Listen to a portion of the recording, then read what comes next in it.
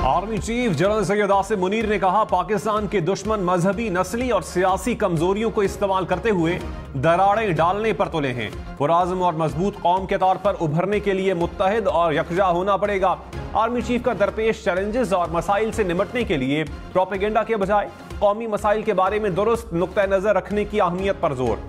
कायद आज़म मोहम्मद अली जिन्नाह के अजीम विजन और क़यादत को भी शानदार खिराज अकीदत। खिताब में कायद आज़म के तारीखी कलामात का हवाला भी दिया।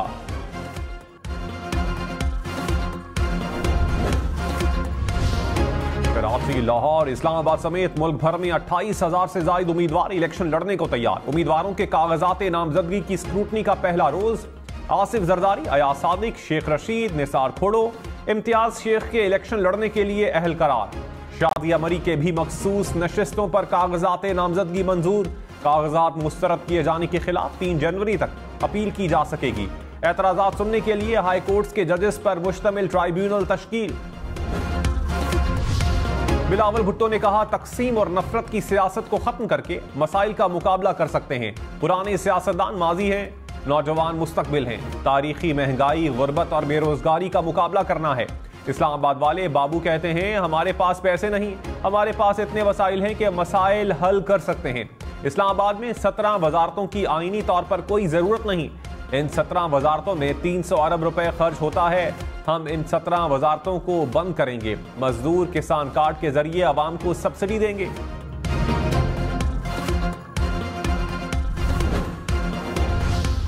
और तहरीक इंसाफ के साबिक एमपीए मोहम्मद फहीम परवेज खटक के साथी बन गए।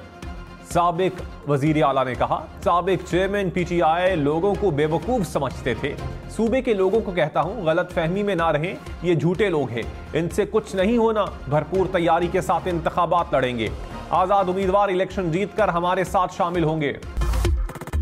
Army chief general Syed Asim Munir ने कहा, पाकिस्तान के दुश्मन मजहबी, नस्ली और सियासी कमजोरियों को इस्तेमाल करते हुए दरारें डालने पर तुले हैं। पुरआज़्म और मजबूत कौम के तौर पर उभरने के लिए मुत्तहिद और यकजा होना पड़ेगा।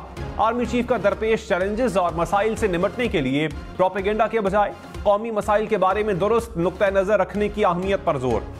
कायद आज़म मोहम्मद अली जिन्नाह के अजीम विजन और क़यादत को भी शानदार खिराज अकीदत। खिताब में कायद आज़म के तारीखी कलामात का हवाला भी दिया।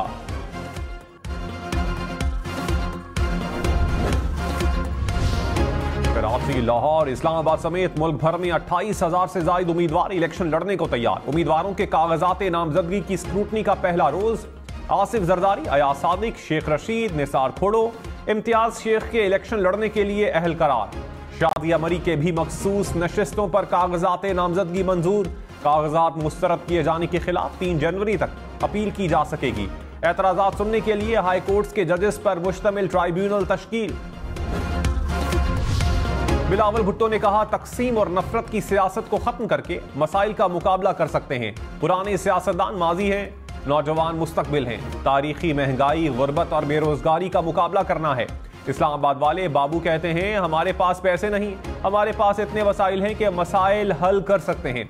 इस्लामाबाद में 17 वजारतों की आईनी तौर पर कोई जरूरत नहीं। इन 17 वजारतों में 300 अरब रुपए खर्च होता है। हम इन 17 वजारतों को बंद करेंगे। मजदूर किसान कार्ड के जरिए आवाम को सब्सिडी देंगे।